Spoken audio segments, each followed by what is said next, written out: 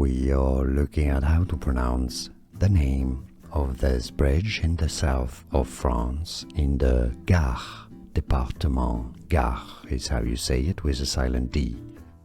Pont, pont meaning bridge in French with a silent T. Pont du Gard. Pont du Gard is how it's said in French. In English you could say it as Pont du Gard, Pont du Gard, Pont du Gard. We are looking at how to pronounce the name of this bridge in the south of France, in the Gard department. Gard is how you say it with a silent D. Pont, pont meaning bridge in French with a silent T. Pont du Gard. Pont du Gard is how it's said in French.